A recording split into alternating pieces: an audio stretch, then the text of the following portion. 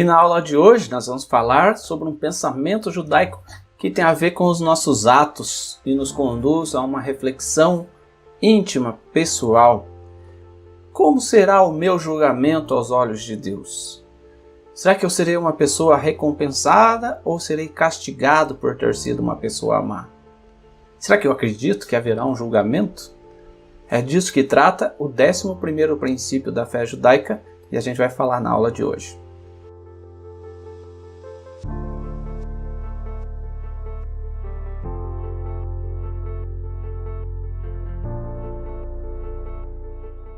Olá meus amigos, Shalom Aleichem, sejam todos bem-vindos mais uma vez ao canal da Sinagoga Havat Hesed. Nossa sinagoga fica aqui em Curitiba, no Paraná, embora a gente tenha membros espalhados aí por vários lugares do Brasil e pessoas que nos acompanham em diferentes cidades do mundo, né? Como na cidade do Panamá, como nos Estados Unidos, em algumas cidades, como na Europa, na Itália, na França, na Alemanha, em Portugal, na Espanha e até no Japão. Você pode nos acompanhar de qualquer lugar e eventualmente fazer a sua conversão, se assim você desejar. A conversão, aliás, é o tema dessa série e eu quero hoje falar com vocês um pouco mais sobre a nossa relação com Deus, a relação com a Torá, como nós recebemos os mandamentos de Deus, como nós os tratamos. Por quê? Porque nos 13 princípios fundamentais da fé judaica, os 5 primeiros falam acerca de Deus, os 4 seguintes apontam para a nossa relação com a Torá e com os profetas, com os grandes heróis da Bíblia, e esses 2 preceitos, tanto da aula passada como dessa aula de hoje, falam da nossa relação com os mandamentos, né? Primeiro, nós dizemos que na semana passada a aula abordava sobre Deus ver tudo aquilo que a gente faz e tudo aquilo que a gente pensa. E na aula de hoje, o que Deus faz com isso? Esse é o 11º princípio da fé judaica. Vamos ler? Ani ma'amin bemunah shelema shehabore itbarach shemo gomel tov leshomre mitzvotav umanish leovre mitzvotav. Eu creio com fé completa que o Criador, bendito seja o seu nome, recompensa os que guardam os seus preceitos e pune os que os transgridem. Aqui a gente já vê um aspecto relevante em que o judaísmo difere e muito dos pensamentos cristãos. Embora nem todos os chamados cristãos pensem dessa forma, a realidade é que muitos acreditam que Jesus perdoou os pecados e, sendo assim, eles não precisam mais guardar os mandamentos que teriam sido abolidos por Jesus. Mas faria sentido isso? Vamos tentar destrinchar um pouco a respeito disso. Mas a gente já viu que, de acordo com os princípios da fé judaica, a lei, a Torá, não foi e não será jamais abolida. Até mesmo no reino do Mashiach, a Torá será cumprida. E o próprio Yeshua fala a respeito disso. Abra sua Bíblia num texto que a gente cita bastante, Mateus capítulo 5, versículo 17 até o versículo 20, ele nos diz assim: Não penseis que vim revogar a lei ou os profetas. Não vim para revogar, vim para cumprir. Então, se você acreditou em algum momento que Jesus aboliu a lei, saiba que ele mesmo disse: Eu não vim revogar ou abolir ou abrogar a lei, mas eu vim para cumprir. Porque em verdade vos digo, até que o céu e a terra passem, nem um i ou um tio jamais passará da lei, até que tudo se cumpra. Aquele, pois, que violar um destes mandamentos, posto que dos menores, e assim ensinar aos homens, será considerado como nada ou mínimo no reino dos céus. Aquele, porém, que os observar, os mandamentos e ensinar, esse será considerado grande no reino dos céus. A propósito, é reino do céu, não no céu, né? Porque vos digo que, se a vossa justiça não exceder em muito a dos escribas e dos fariseus, jamais entrareis no reino dos céus. Então, veja, aquele que é tido como Mashiach, Yeshua, ele fala: eu não vim abolir a lei. Ele fala que nenhum mandamento passará da lei. Ele fala que aquele que ensinar a lei será considerado grande no reino dos céus. E ele fala que a nossa justiça ou a nossa guarda dos mandamentos deve exceder em muito a dos escribas e dos fariseus. Jamais entraremos no reino dos céus se a nossa justiça não exceder a dos fariseus. Veja como isso é relevante, veja como a palavra de Yeshua traz um peso para a nossa vida. É preciso guardar os mandamentos de Deus. Isso é importante no conceito de causa e consequência, de recompensa ou punição. Aí vem um pensamento, mas se a lei não foi abolida, para que serve o Messias? Para que serve o Cordeiro de Deus? Bem, o Mashiach vai ser o tema na próxima aula. O Mashiach, aliás, é um conceito judaico. E as pessoas, por não entenderem o propósito do Messias, por não entenderem aquilo que é o Messias, começam a especular coisas que não fazem o menor sentido. Por quê? Porque não conhecem os conceitos da fé judaica. O Mashiach virá para assentar sobre o trono de Davi, seu pai. Isso está escrito. E ele vai governar sobre a terra durante um longo período, que é chamado de milênio, que é chamado de Yemei HaMashiach, ou os dias do Mashiach, mas por um longo período. E depois que a terra for restaurada, o Mashiach entregará o reino a Deus. Mas esse não é o tema de hoje. O tema de hoje é recompensa pelo que a gente faz de certo e punição por aquilo que a gente faz de errado. E por outro lado, se o Mashiach não aboliu a lei, significa que a gente tem que cumprir. Por outro lado, se ele aboliu a lei, qual o sentido da lei? Da gente continuar guardando os mandamentos de Deus até o dia de hoje? Né? Para que serve a lei? Bom, primeiro a gente precisa entender para que serve a lei. A lei serve para nos direcionar. A Brit Hadashah fala que a lei nos serviu de aio ou de guia para nos mostrar aquilo que é certo e aquilo que é errado, de acordo com a visão não de um homem, mas de acordo com aquilo que é a visão do próprio Deus.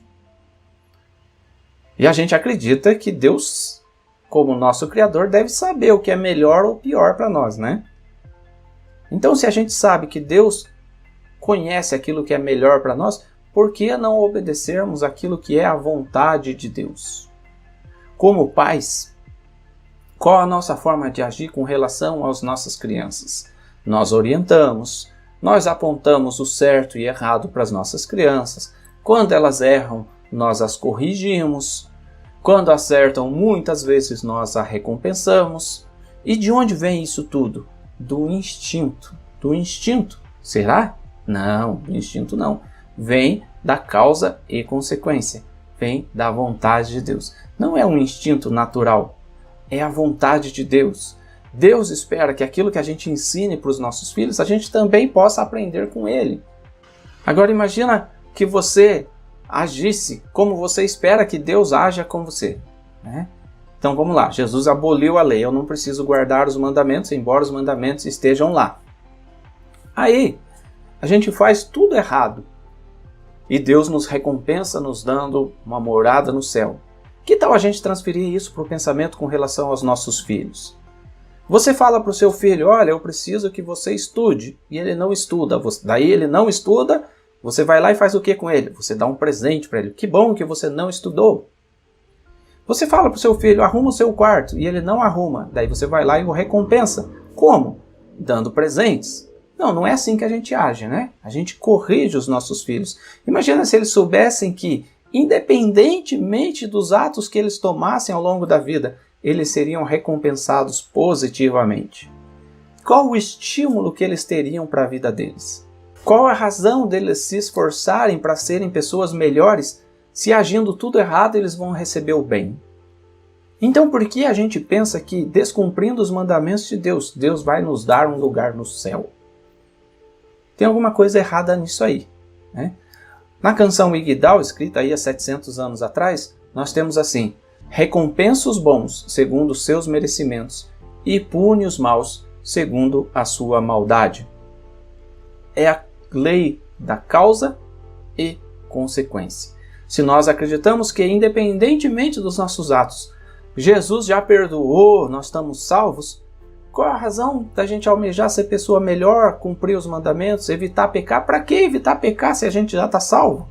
Se Jesus já expiou os nossos pecados? Não, isso não faz sentido. assim como não faz sentido a gente recompensar positivamente os nossos filhos quando eles nos desobedecem. É claro que guardar os mandamentos não implica que a gente obedeça os mandamentos apenas esperando a recompensa. Não deve ser assim, né? A gente deve cumprir os mandamentos porque isso é certo. A gente deve cumprir os mandamentos porque nós queremos agradar a Deus, não pensando meramente na recompensa. Isso é o que está na Brit Hadashah, isso também está no Talmud. Se você tem o Talmud, ou se você tem o Sidur, que tem na maioria dos Sidurim, tem o Pirkei Avot, olha o que diz a Mishnah, no primeiro capítulo de Pirkei Avot, a Mishnah de número 3, do Rabi Antígono de Sorro, o que ele nos diz?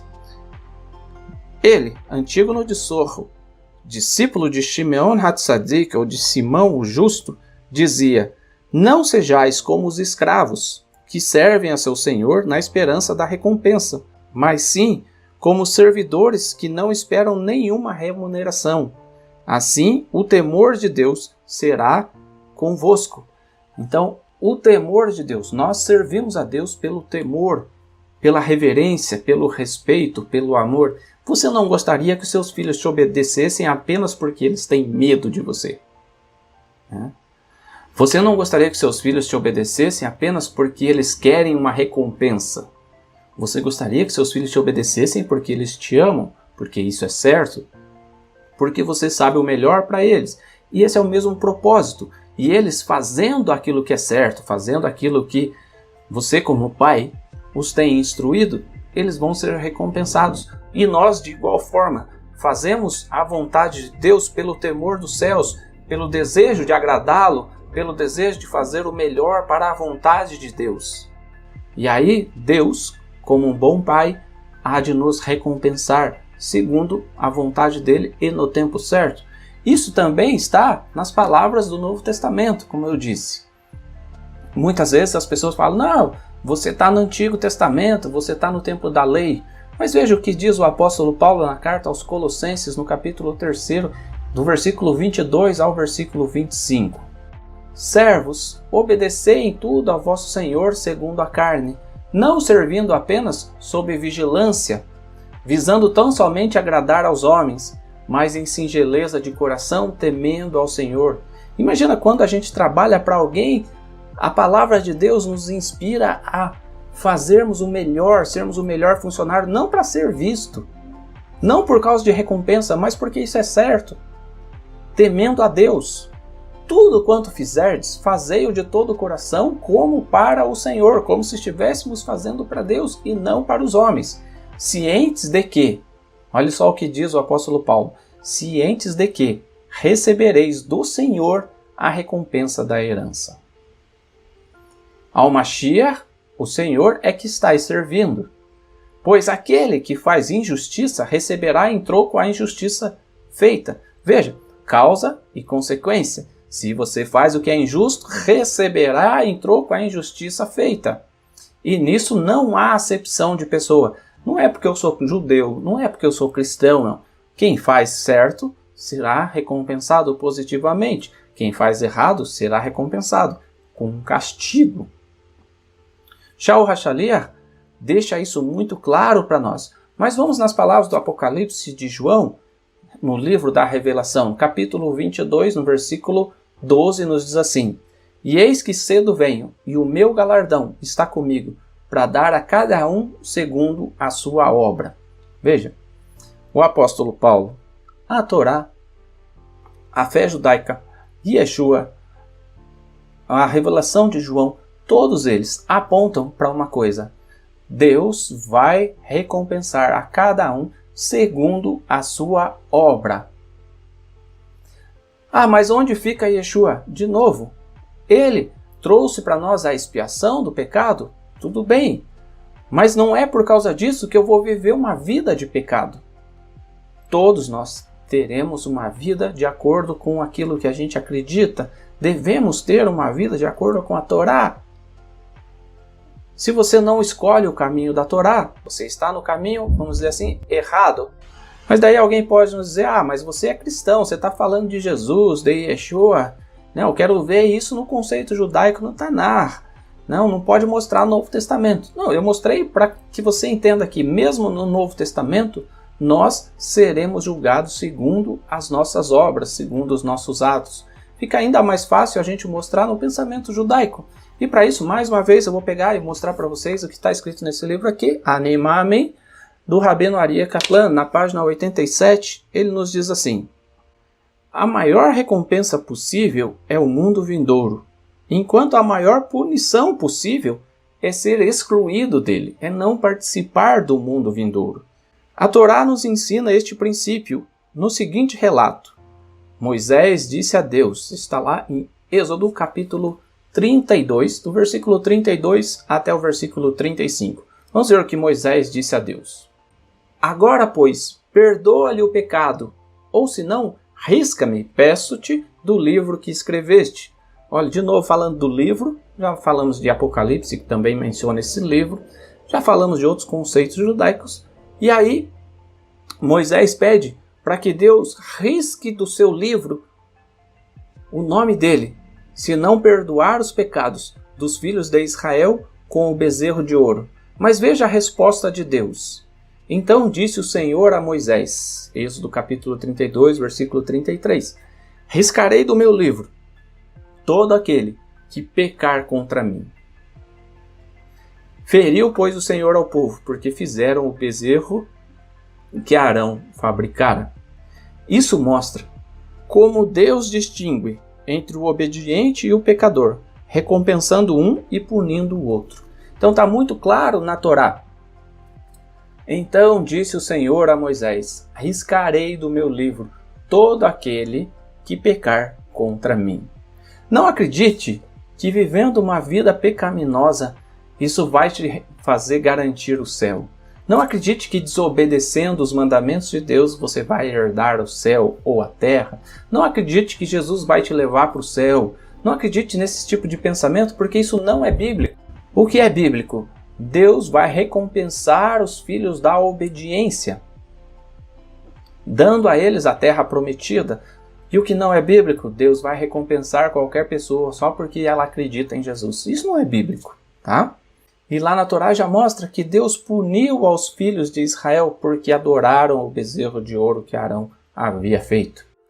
Voltando ao livro do Aryeh Kaplan, nós temos aqui no Yaz Teshuvah, código arrependimento.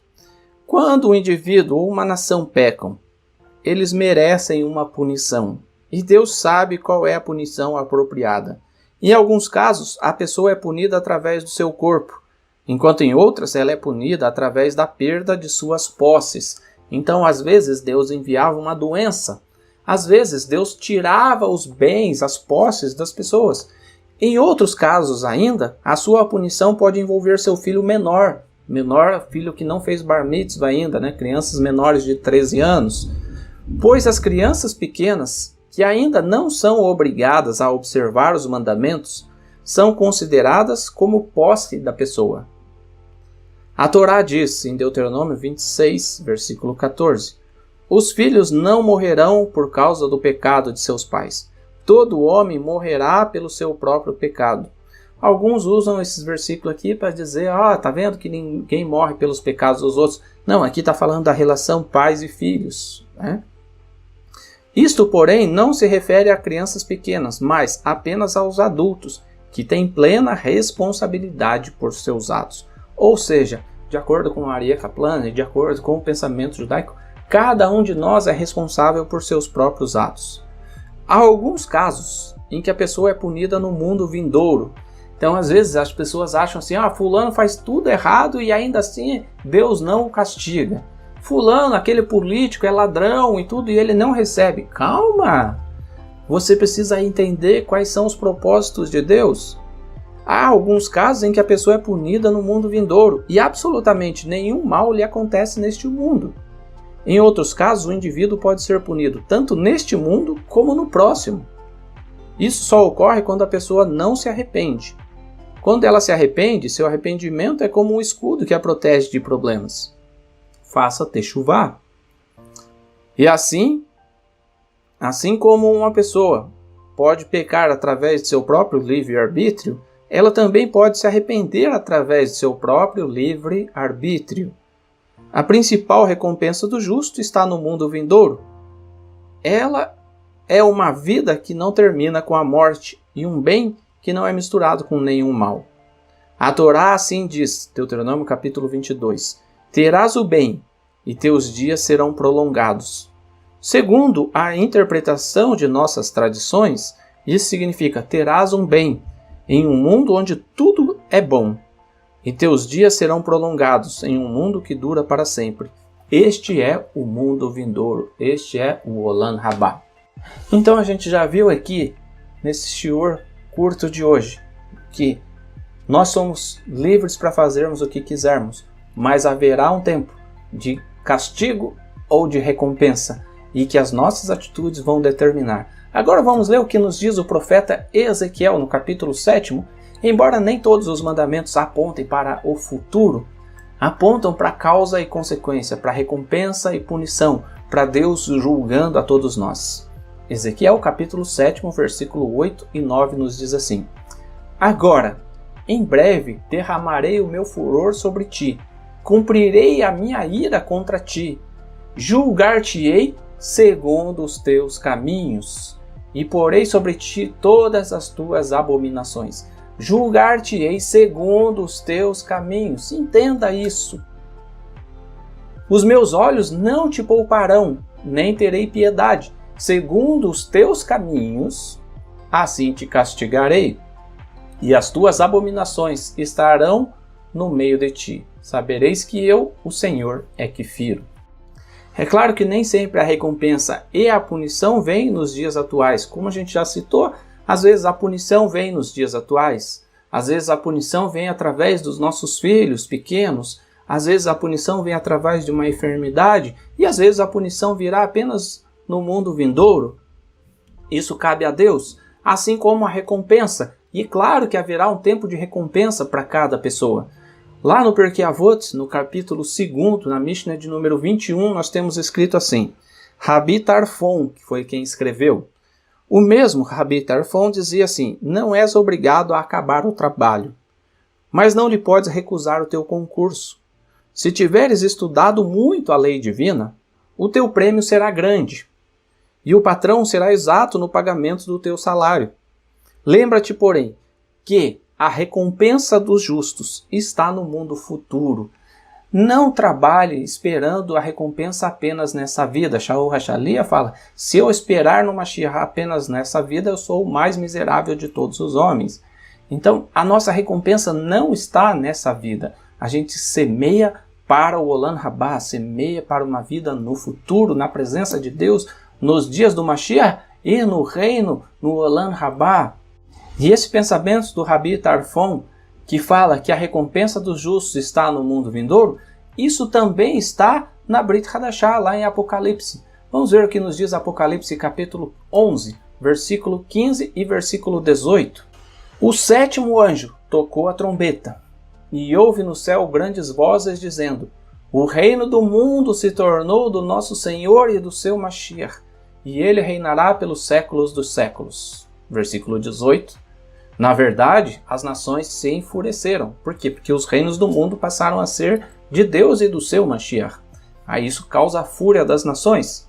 Chegou, porém, a tua ira e o tempo determinado para serem julgados os mortos. Ou seja, chegará o tempo, nos dias do Mashiach chegará o tempo, em que os mortos serão julgados. Tá? As nações enfureceram porque tiveram que entregar o reino ao Mashiach. E a partir daí, chegará o tempo em que todos serão julgados, para dar o galardão aos teus servos, os profetas, aos santos e aos que temem o teu nome. Deus vai dar a recompensa na chegada do Mashiach e depois no Olam Rabá, a vida eterna, àqueles que cumprem, que obedecem os seus mandamentos.